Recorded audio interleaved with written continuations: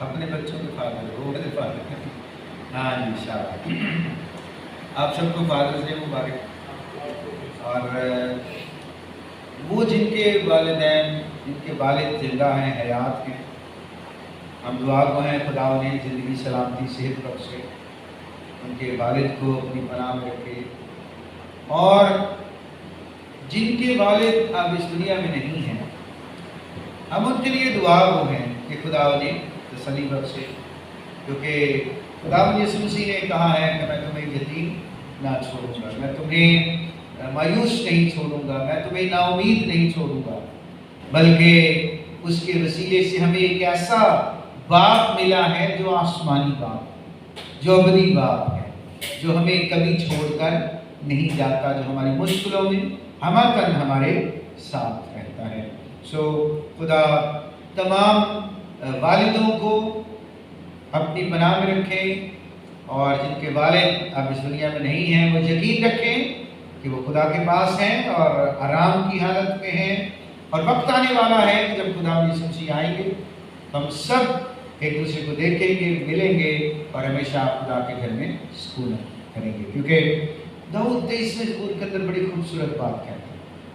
वो कहता है कि खुदा की रहमतें और बरकतें तो मेरे साथ साथ रहेंगी, पर मैं हमेशा खुदावंद के घर में सुकून करूंगा।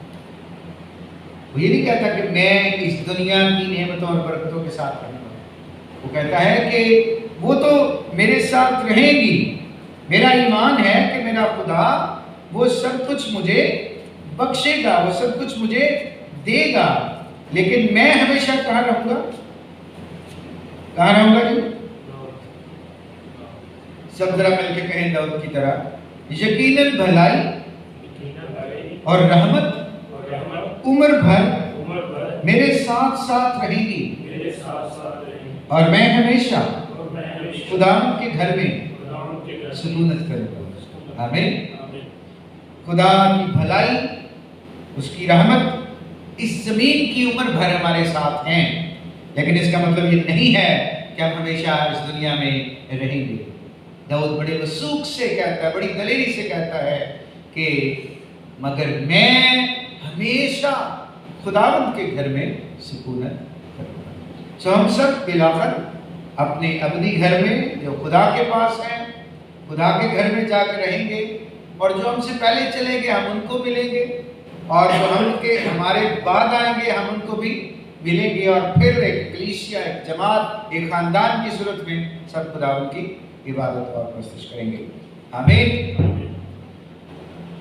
आज की तलावत करदा आयात मुकद्दस लूका की इंजील उसका 8वां बाब उसकी 11वीं आयत से 15वीं आयत के आखिर तक, और इन आयात के अंदर खुदावंद यीशु मसीह की एक बड़ी मशहूर, जो संडे स्कूल के बच्चों से लेकर कलीसिया के बुजुर्गों तक सबको तमसील याद है, वो बयान की गई है।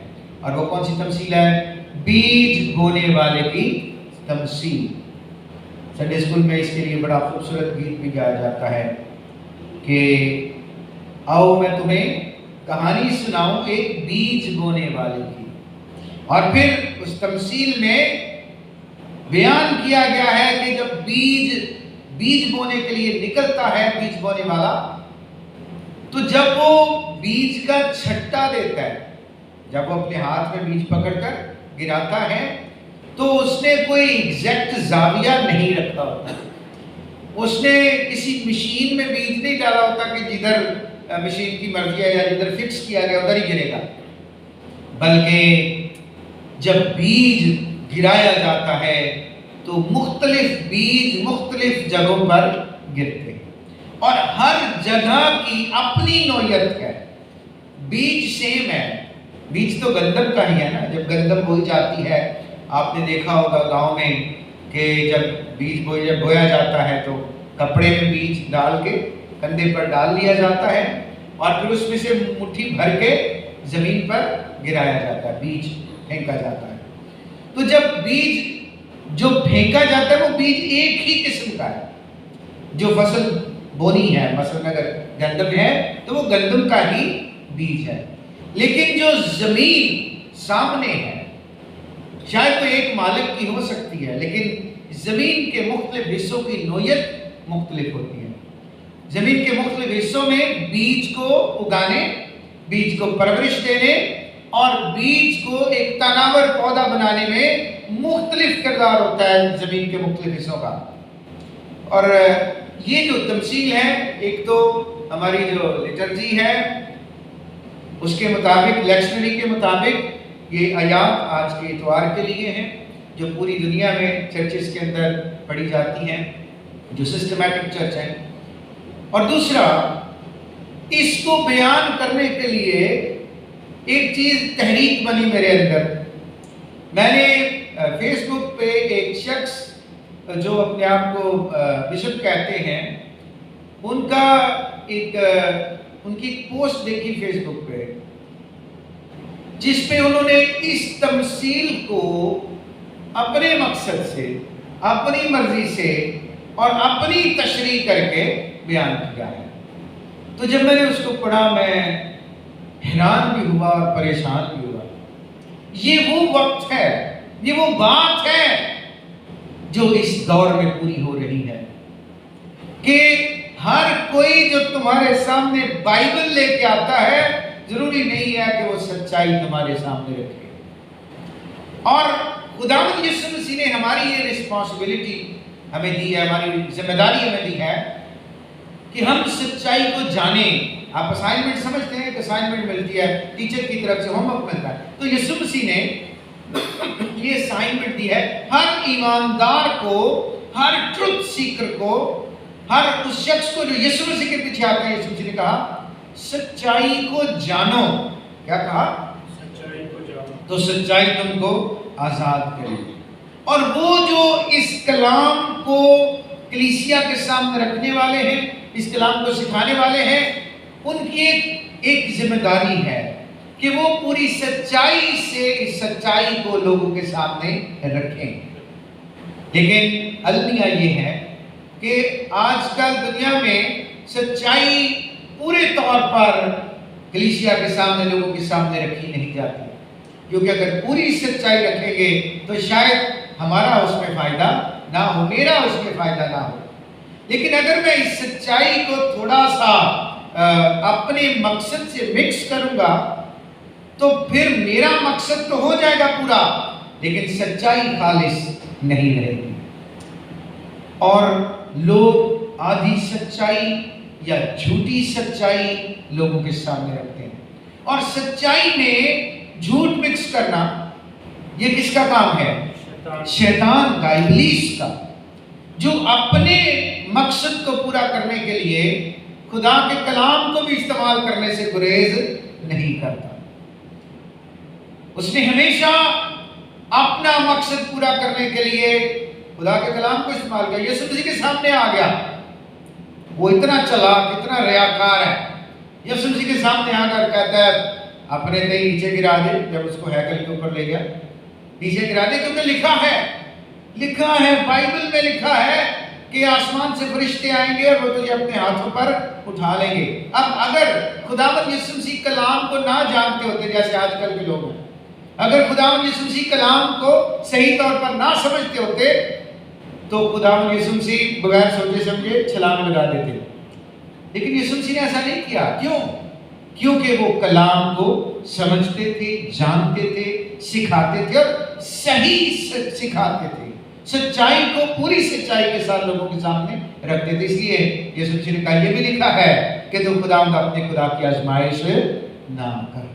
तो ये दुनिया में आजकल ये हो रहा है कि सच्चाई को छुपा कर, सच्चाई को मिक्स करके, अमेजिश करके लोगों के सामने रखा जाता है, ताकि नाम खुदा का भी सामने रहे, बाइबल का नाम भी सामने रहे और हमारा मकसद भी पूरा होता रहे। और ये इब्लीस का काम है, जो ऐसे लीडर्स को चुनता है और उसके अंदर, उनके अंदर काम करता है और वो सच्चाई को पूरे तौर पर लोगों तक पहुंचने नहीं देता। और ये तहरीक मैंने आपको बताया मेरे अंदर बनी कि मैं इसको आज सुबह, आज दोपहर आपके सामने रखूं ताकि आप जान सकें कि बीज क्या है, जमीन क्या है, बोने वाला कौन है। उन साहब ने तो इस तमसील का मतलब ही पूरा उल्टा कर दिया। यहां बोने वाला कौन है? कलाम सुनाने वाला। बीज क्या है? खुदा का कलाम। और जमीन क्या है? आपकी जिंदगी। और उन मासूफ ने इस सारी तमसील का मतलब उल्ट दिया। उन्होंने कहा कि जो बीज है वो आपका पैसा है, आपके हदिये हैं, और जो जमीन है वो चर्च है। तो मैं हैरान हुआ ये पढ़ के कि जी आप सोचे कि कैसी जमीन पे आप बीज बो रहे हैं। बीज बोने वाले तो आप हैं जो खुदा का कलाम सुना रहे हैं। क्योंकि शागिर्दों ने जब ये तमसील यीशु मसीह से सुनी, उनको समझ नहीं आई। मैं मशवरा देता हूं उनको कि आप भी दुआ करें और शागिर्दों की तरह खुदावंद यीशु मसीह से पूछें कि खुदावंद मुझे आज तक इस तमसील की समझ नहीं आई, मुझे समझा दें। तो जब आप मांगेंगे, पूछेंगे तो यीशु मसीह समझाएंगे, दुरुस्त आपको बताएंगे कि इसका मतलब क्या है। अब जब शागिर्दों ने यीशु मसीह से पूछा कि इसका मतलब क्या है, तो उसके शागिर्दों ने उससे पूछा कि ये तमसील क्या है। उसने उनसे कहा, तुमको खुदा की बादशाही के भेदों की समझ दी गई है, मगर औरों को तमसीलों में सुनाया जाता है ताकि देखते हुए ना देखें, सुनते हुए ना समझें। तमसीलों में सिखाना यीशु मसीह का मकसद था, ताकि उन लोगों के लिए जो सच्चाई को जानना चाहते हैं, बचने का और सच्चाई हासिल करने का वसीला बने, और उनके लिए जो सच्चाई जानबूझकर उस पर अमल करना नहीं चाहते, वो भी उस पैगाम से वाकिफ हो सके, ताकि अदालत के दिन वो यीशु मसीह से ये ना कह सकें कि खुदा हमें तो इसका पता नहीं चला, हमें तो इसकी समझ नहीं है। खुदा ने हमें कलाम बख्शा है, अपने रूह कुदस से नवाजा है, उसने हमें दानाई और समझ बख्शी है, उसने हमें खुदा के खादम भी बख्शे हैं। ऐसे खादम जो दानाई से, जो सच्चाई से और दयानतदारी से खुदा का कलाम हम तक रखते हैं, हम तक पहुंचाते हैं। हमें ऐसे खादमों के लिए खुदा की शुक्रगुजारी करने की जरूरत है, और ऐसे खादमों को समझाने, सिखाने और उनसे बचने की जरूरत है जो इब्लीस की तरह आधी सच्चाई या गलत सच्चाई आपके सामने रखते हैं। खुदा यीशु मसीह ने इसको बड़े वाज़ेह अंदाज में, बड़े सादे अल्फाज में समझा दिया। इसके अंदर कोई ऐसी मुबहम बात यीशु मसीह ने रहने नहीं दी। शागिर्दों को बताया ये तमसील ये है, बीज खुदा का कलाम है। अब ये कौन कह रहा है? खुदा यीशु मसीह क्या कह रहे हैं? बीज क्या है? अब अगर कोई बंदा जो अपने आप को खादिम कहता है आके आपको ये कहे कि बीज आपका पैसा है, तो बात माननी चाहिए कि नहीं?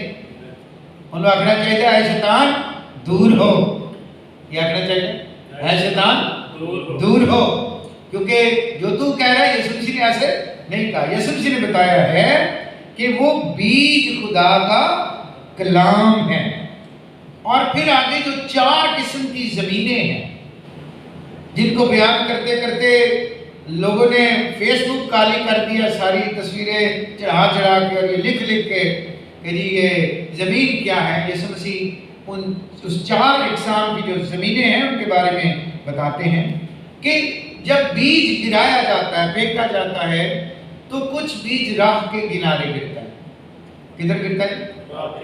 2 पैड़ियां दे विच एक बन्ना होता है ना, ਉਹਦੇ ਉੱਤੇ ਵੀ ਕਣਕ ਦੀ ਨਜ਼ਰ ਆਉਂਦੀ ਹੈ ਤੁਹਾਨੂੰ। ਉਹ ਆਪਣੇ ਆਪ ਨਹੀਂ ਉੱਗਦੀ, ਜਦੋਂ ਬੀਜ ਦਾ ਛੱਟਾ ਵੱਜਦਾ ਤੇ ਕੁਝ ਦਾਣੇ ਉੱਥੇ ਵੀ ਡਿੱਗ ਪੈਂਦੇ ਨੇ, ਪਰ ਜਿੰਨੀ ਦੇਰ ਤੱਕ ਫਸਲ ਦੀ ਕਟਾਈ ਹੁੰਦੀ ਹੈ ਉਨੀ ਦੇਰ ਤੱਕ ਉੱਥੇ ਕੋਈ ਕਣਕ ਦਾ ਪੌਦਾ ਨਹੀਂ ਨਿਕਲਦਾ। ਉੱਗਦੇ ਜ਼ਰੂਰ ਨੇ ਪਰ ਉਹ ਲਾਂਘਾ ਹੁੰਦਾ, ਲੋਕਾਂ ਉੱਥੋਂ ਤੁਰਨਾ ਹੁੰਦਾ, ਕੋਈ ਰਾਹ ਜਾਂਦਿਆਂ ਪੁੱਟ ਜਾਂਦੇ ਨੇ। ਕਈ ਬੀਜ ਉੱਗਣ ਤੋਂ ਪਹਿਲਾਂ परिंदे ਜਦੋਂ ਉੱਥੇ ਬੈਠਦੇ ਨੇ ਤੇ ਉਹ ਖਾ ਲੈਂਦੇ ਨੇ।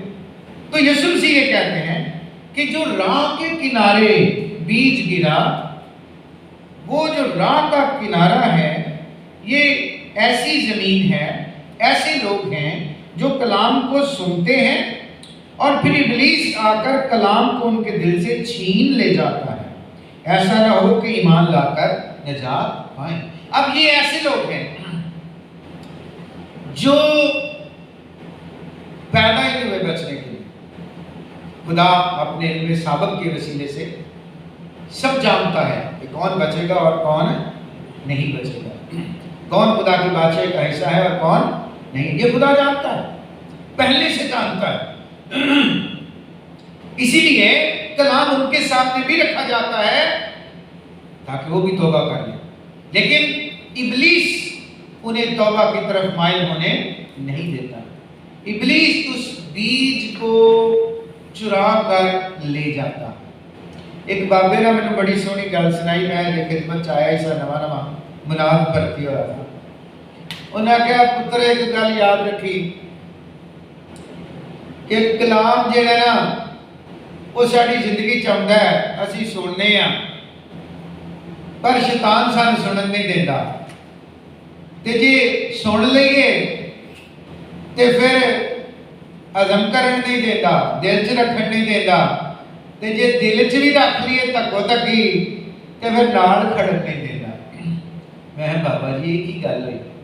उन्हें कहा पुत्र वे तू कलाम सुनाना ते कई लोग होंदे ने जिहड़े जिन्हां दी कलाम तवज्जो ही नहीं होंदी, वो फोन च लगे रहते, फोन नाल खेडते रहते हैं, या वो अपने काम के बारे सोचते रहते हैं, या ये वेंदे रहते हैं गिरजे किहड़ा काम गलत होया था कि असीं इबादत तो बाद उहदे ते नुक्ताचीनी कर सकीए, या वो ये सोचते रहते हैं कि हम पादरी साहब को बाद च बहा के भाई साहब नाल की गल करनी है। इसका मतलब कि शैतान सुनन नहीं देता, पर जे कोई धक्को धक्की सुन लवे ते फिर वो दिल च रखन नहीं देता। सुन के ते मकसद दिल च रखना है, मकसद सुन के भुल जाना नहीं। पर शैतान जे कोई सुन लवे ते फिर इबादत तो फौरन बाद वो ऐसियां गल्लां दिल च पांदा कि अपनियां गल्लां असीं करनियां शुरू कर दिंदे आ, असीं खुदा दे कलाम ते गौर नहीं करते।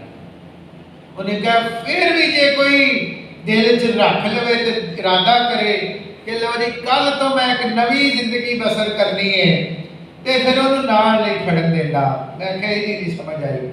आंदा गिरजियों बाहर निकल के सोहनी जुत्ती सामने दिसदी है नवी, ते पैर विच पा के वेखीए ते पूरी भी आ जाती है, ते फिर जुत्तियां ही किसी दी खड़ी जी कलाम नहीं नाल खड़ी।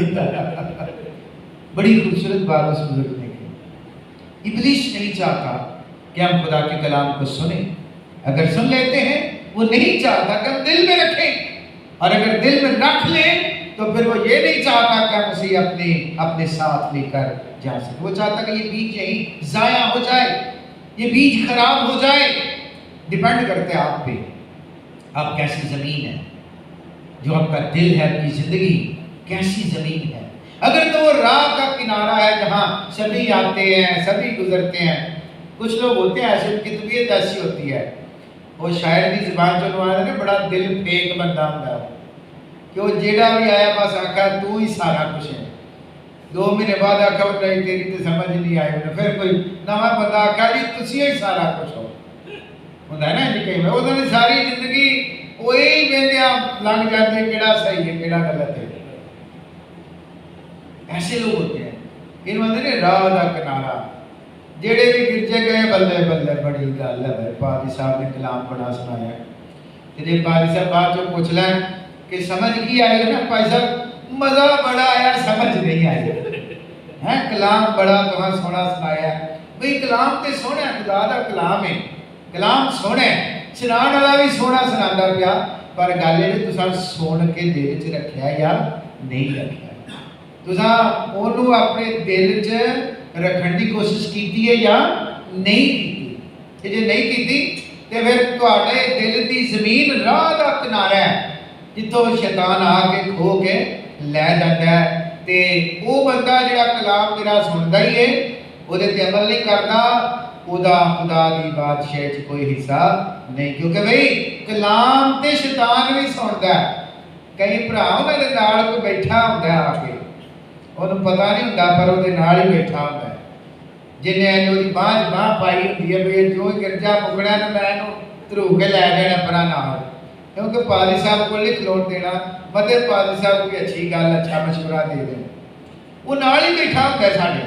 है कि नहीं भाई? सच्ची गल है बिल्कुल, ये कलाम की गल है, मेरी गल नहीं। वो कभी सारी जान नहीं छाड़ता, वो कभी सानू कलिया नहीं रहन देता। उन्हें पता खुदा भी नहीं इन्हू कलिया रहन देता, वो भी नहीं सानू कलिया रहन देता, क्योंकि जे वो ना हो सिर्फ खुदा ही हो फिर तो असीं खुदा दे नाल चलना शुरू कर देंगे। पर उहदी कोशिश यह है कि असीं खुदा दे नाल नहीं बल्कि उहदे नाल चलीए। पर फर्क ये है, खुदा प्यार नाल साडे नाल गल करदा है, खुदा साडी मर्जी भी जानना चाहता है, चाहता है कि असीं अपने दिलों खुदा दे नाल चलीए। पर शैतान दी एक मान लवो ना, फिर वो धक्के नाल बनाई जाता है, फिर वो वीडियो बना लेंदा साडी ब्लैकमेल करन लई, आंदा पुत्र आप ही है नाल हुण तू ना कीता मैं तेरे अब्बे नूं दसांगा, उदों भी ते मेरे नाल बैठ के पीतियां हैं ना सिगरटां। ब्लैकमेल, इसका मतलब ये है, यीशु मसीह कहते हैं कि इब्लीस इस कोशिश में है कि जो कलाम का बीज आपकी जिंदगी में बोया गया है, वो पौधा ना बने, वो दरख्त ना बने, वो फल ना लाए, इसलिए वो आकर छीन कर ले जाता है। अब उसको रोकना किसकी जिम्मेदारी? आपकी, मेरी। बीज की हिफाजत करना मेरी और आपकी जिम्मेदारी, ताकि जो बीज बोया गया है इब्लीस उसको चुरा ना सके। और राह के किनारे वाली जमीन नहीं बनना हमें कि जिथे भी जाना आखना बस पाशा दुआ ही करनी है, ना कोई गल नहीं।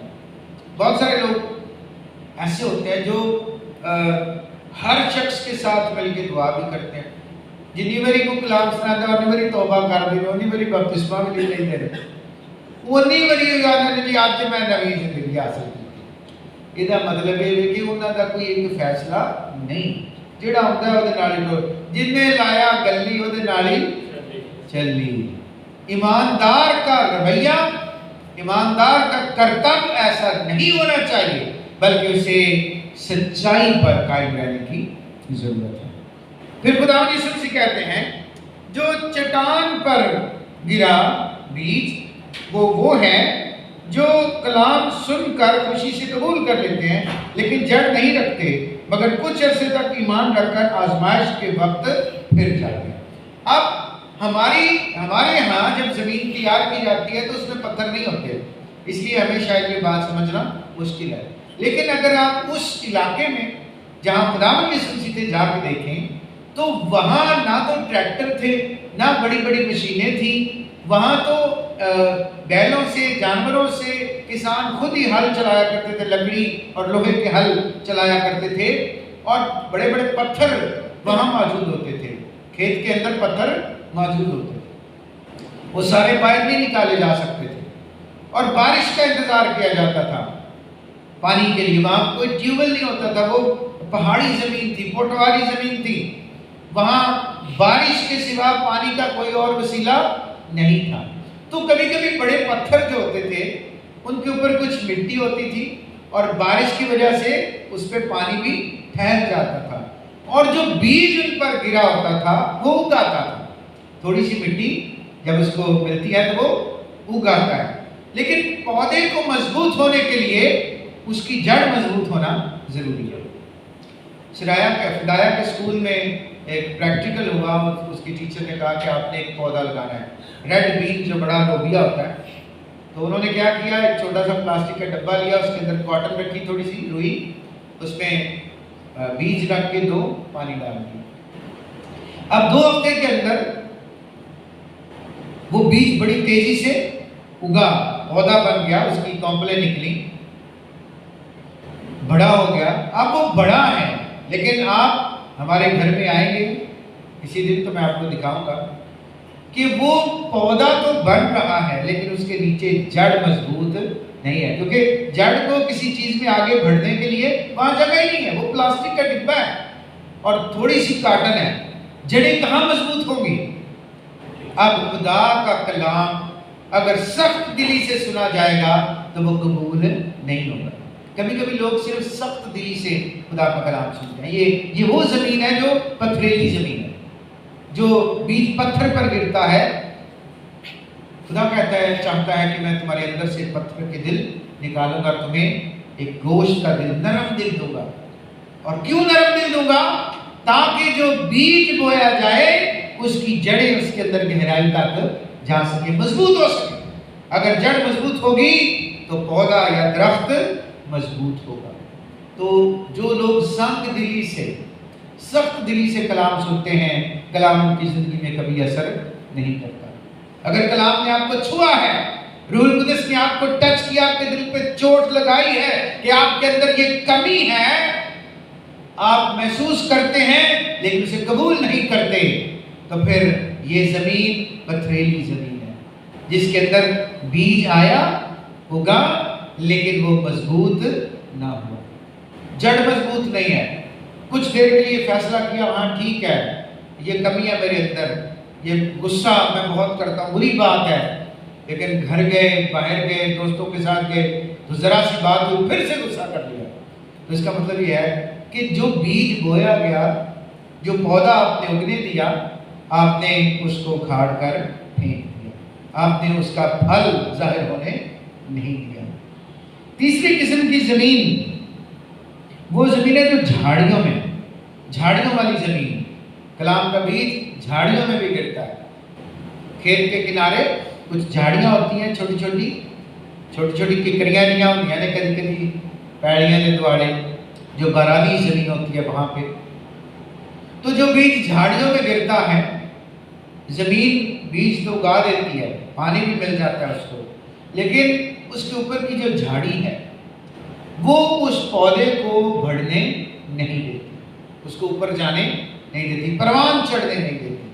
अब ये जो झाड़ियाँ हैं, यीशु जी कहते हैं कि ये ऐसे लोग हैं जो कलाम को सुनते हैं मगर जिंदगी की फिक्रों और दौलत और ऐश इशरत में फंस जाते हैं और उनका फल पकता नहीं है।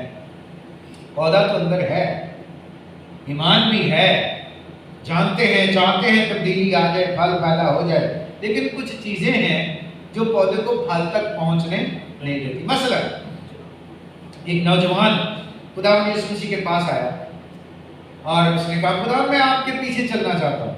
कहा कि नहीं, मैं क्या करूं कि हमेशा की जिंदगी पाऊं। तो यीशु मसीह ने कहा कि अपना सब कुछ बेच के गरीबों को दे और मेरे पीछे आ जा। तो लिखा वो मायूस होकर चला गया क्योंकि बड़ा मालदार था, बड़ा। अब उसकी झाड़ी क्या है? उसकी दौलत। उसके अंदर ख्याल आया, उसके अंदर ये बात आई कि मैं यीशु मसीह का फॉलोअर बनूं, लेकिन यीशु मसीह के कलाम पर अमल नहीं किया। यीशु मसीह ने कहा अपना सब कुछ बेच दे, गरीबों में बांट दे और मेरे पीछे आ जा। वापस चला गया, दौलतमंद था। उसकी दौलत उसकी झाड़ी बन गई जिसने उसको दबा लिया। कभी कभी हमारे खानदान, हमारे रिश्तेदार, हमारी औलाद, हमारी नौकरी, हमारी दौलत, हमारा रुपया पैसा, ये खुदा के कलाम को हमारी जिंदगी में पनपने नहीं देते। और ये जो दौलत है, मैं एक दिन पहले भी आपको बता रहा था कि दौलतमंद शख्स जो है वो अपनी खिड़कियों के शीशे भी ऐसे लगवाते हैं जिसमें से उन्हें सिर्फ अपना आप नजर आता है, बाहर से कोई गरीब शख्स नजर नहीं आता। दौलतमंद अपनी दौलत को अपने लिए इस्तेमाल करे तो वो खुश है, लेकिन अगर कोई उस दौलत से किसी गरीब का भला हो तो वो ये करना नहीं चाहता। खुदा यीशु जी ये चाहते हैं कि बहुत सी झाड़ियाँ हैं जो उस जमीन पर हैं और वो उस बीज को जो उगा है फलदार बनने नहीं देते। फल पकता नहीं, कच्चा ही झड़ जाता है, खत्म हो जाता है। हमें अपनी जिंदगी में ऐसी झाड़ियाँ तलाश करने की जरूरत है जो हमारे फल को पकने नहीं देते। हर साल नया साल आने से पहले हम यही कहते हैं, वाली साहब राधा तो पिछली बारी भी कीता सी, ऐत की रूटीन नाल दुआ करनी है, रूटीन नाल कलाम पढ़ना है, ते गिरजे भी हर त्योहार अपना करना है, चंदा भी टाइम नाल देना करना है। पर बस समझ नहीं आई पादी साहब, अब 2-3 महीने तो सही तो ये आगो फिर पता ही नहीं लगे, टाइम ही नहीं लगता। ते टाइम क्यों नहीं लगता भी वो काम झाड़ी बन के जो उत्ते बैठा हुए तो फिर टाइम लगन नहीं देता। मैं एक मुंडे को आख्या, मैं पुत्र बाल क्यों नहीं कटाता? आंदा पादी साहब टाइम नहीं लगता। मैं क्या पुत्र तेरे कन्ना ते 2 धरियां होना, आ तेरियां झाड़ियां चुड़ियां झड़न ते तेरा टाइम लग जी। क्योंकि तेनों किसी आख्या ही नहीं बाल कटा जाते। खुदा चाहता है उन झाड़ियों को अपने ऊपर से काटें। हाँ, कभी कभी लंबे लंबे बाल रख लेते हैं लोग, वो वशीनी फिरट देते बाड़ा नहीं, आपको नहीं कह रहा मैं ये बात कर रहा हूँ कि जो लोग बगैर जरूरत बिला वजह अजय पढ़न की उम्र होती है ना, स्कूले जाने की उम्र होती है, मैं हमेशा बच्चों को कहता हूँ शौक करें जो आपको सूट करता है, जो आपकी उम्र के मुताबिक, आपके काम के मुताबिक। जो आपसे बड़ा शौक है वो करेंगे तो वो आपके लिए मुश्किल का बायस बन जाएगा। इसलिए यीशु जी ने कहा कि जो जमीन झाड़ियों वाली है वो कभी बीज को फलदार बनने नहीं देती। अब सोचना आपने है कि आपकी जिंदगी में कौन कौन सी झाड़ी है। आपके दोस्त भी हो सकते हैं, आपके शायद काम के ऑनर भी हो सकते हैं जो आपको फलदार होने नहीं देते। शायद आपकी मसरूफियत हो सकती है, शायद आपके शौक हो सकते हैं कि भाई ऐसा मैच देखने जरूर जाना, स्टेडियम गिरजे भावें जाइए भावें ना जाए, असा दोस्तों के नाल पिकनिक पे जरूर जाना, गिरजे भावें जाइए भावें। ये झाड़ियां इनको काटने की जरूरत। आखिरी हिस्सा भी यीशु जी कहते हैं कि जो अच्छी जमीन है ये ऐसे लोग हैं जो कलाम को सुनकर उम्दा और नेक दिल में संभाले रखते हैं। अब ये अपने अंदर पैदा करना है, दो चीजें यीशु जी ने बता दी, उम्दा और नेक। अब ये दोनों चीजें इकट्ठे होने बड़ा मुश्किल सा लगता है। कभी कभी लोग बड़े उम्दा होते हैं, बड़े बारीक होते हैं, बड़े सुरीले होते हैं, बड़े अच्छे होते हैं, लेकिन नेकी नहीं करते। लोग बड़े अच्छे होते हैं, बंदा देखने में बड़ा खूबसूरत लगता है, बड़ी पर्सनालिटी है, बेवजह नहीं बोलता, कभी जो है वो उसके मुंह से हमने सुना नहीं है कि उसने किसी को गाली दी है, तो देखने में बड़ा अच्छा लगता है। उम्दा बंदा भी अच्छे कपड़े पहनता है, अच्छी जूती पहनता है, हेयर स्टाइल अच्छा बनाता है, फैशन बड़ा जो है वो अच्छा करता है, उम्दा तो हो गया। बाजी नेक भी है कि नहीं है? अब उम्दा और नेक होना खुदा को पसंद है। यीशु जी पौलुस रसूल कहता है रोमियो के खत के अंदर, अपने बदन ऐसी कुर्बानी होने के लिए नजर करो जो जिंदा और पाक और खुदा को पसंदीदा हो, यानी उम्दा भी हो और नेक भी हो, पाक भी हो और साफ भी हो। अब पादरी साहब 40-45 मिनट का पैगाम सुनाते हैं, कलाम सुनाते हैं, बार एक यार खलोता होता जिहड़ा सारे बीच ते पानी फेर चलदा, जिहड़ा आंदा यार घंटा हो गया बाहर खलो की तरह इंतजार करना पिया, अज जाना सी फलानी थां ते कलाम तक जिहड़ा गौर करने का वक्त होता है वो तो खत्म हो जाता है। मैं हमेशा कहता हूँ जब हम नीचे खाने के लिए बैठते हैं तो हमें उस वक्त भी कलाम पर गौर करने की जरूरत है। खाना खाएं, कलाम पर गौर करें जो हमने सुना है, घर जाकर भी उस पर गौर करें जो हमने सुना है, कैसे उस पर अमल कर सकते हैं, अच्छी जमीन बने। कलीसिया ईमानदार की जिंदगी, ईमानदार का दिल अच्छी जमीन होगा तो जो बीज बोने वाला है उसको फल मिलेगा। कभी कभी पादरी साहब कलाम बहुत अच्छा चलाते हैं, चर्च का इंतजाम भी अच्छा चल रहा होता है, लेकिन कलीसिया जो है वो शायद उस तरह से अपने चर्च के साथ या पादरी साहब के साथ सिंसियर नहीं होती। तो पादरी साहब तो अपना काम सही कर रहे हैं लेकिन फल नहीं मिल रहा। वजह क्या है? क्योंकि जमीन उम्दा नहीं है, जमीन जरखेज नहीं है कि यहाँ हल भी चलाया जाता है, मेहनत भी की जाती है, पानी भी दिया जाता है, लेकिन फल नहीं होता। तो यीशु जी ने कहा कि फिर वो जो पौधा लगाने वाला वो एक दिन आएगा और माली से कहेगा इस पौधे को काट दे, क्योंकि इतने सालों से मैं इसमें से फल ढूंढ रहा हूँ लेकिन मुझे आज तक फल नहीं मिला, तो बेहतर है काट दे ताकि इसकी जगह पे कोई और पौधा लगे और वो फल लाए। मसीह में मेरे बच्चों, आज सुबह खुदा के कलाम की रोशनी में आपको बताना चाहता हूँ कि बीज खुदा का कलाम है। बीज बोने वाला वो है जो कलाम सुनाता है, और जमीन आपकी जिंदगी है, और आपको इस जमीन को जरखेज बनाना है। ये राह का किनारा ना रहे, ये पथरीली जमीन ना रहे, ये झाड़ियों वाली जमीन ना रहे, बल्कि जरखेज और अच्छी जमीन बन जाए। ये उम्दा और नेक जिंदगियां बन जाएं, ताकि जो बीज बोया जाए फलदार हो, आपकी जिंदगी से नजर आए। यीशु मसीह ने कहा दरख्त अपने फल से पहचाना जाता है। तो आपकी जिंदगी में जो बीज बोया गया है, इसको फलदार बनाएं, ताकि लोग जाने कि आप खुदावंद यीशु मसीह के पैरोकार हैं, आप उसके शागिर्द हैं, आप एक दूसरे से मोहब्बत रखते हैं, आप दूसरों का भला चाहते हैं, आप दूसरों के लिए नेकी करना जानते हैं, आपकी जिंदगी से बुराई कोसों दूर है और आप बुराई के खिलाफ खड़े हो सकते हैं, आप इब्लीस के खिलाफ खड़े हो सकते हैं, आप इब्लीस का मुकाबला कर सकते हैं और अपने दिल की जमीन की हिफाजत कर सकते हैं। फिर लोग जानेंगे कि आप कौन हैं, यीशु मसीह के शागिर्द हैं। खुदा हमें इस कलाम के वसीले से बरकत बख्शे और हमें इस कलाम पर अमल करने की तौफीक बख्शे, हमारी जिंदगियों को ज़रख़ेज़ ज़मीन बनाए। आमीन। आइए दुआ